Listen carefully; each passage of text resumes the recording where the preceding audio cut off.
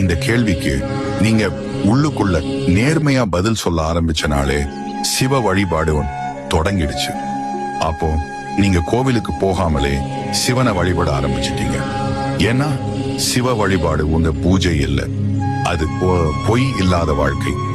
உடல் ஒண்ணு செய்யுது, மனம் வேற ஒண்ணு நினைக்குது, உயிர் மூணாவது ஒண்ணு சொல்லுது.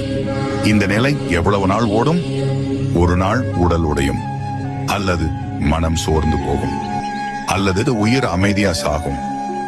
இதுக்குத்தான் சிவன் வில்வ இலை மூலமா ஒரே விஷயம் சொல்றாரு: ஒன்னாயிரு. உடல் செய்யறத மனம் ஏத்துக்கணும், மனம் நினைக்கிறத உயிர் ஒத்துக்கணும்.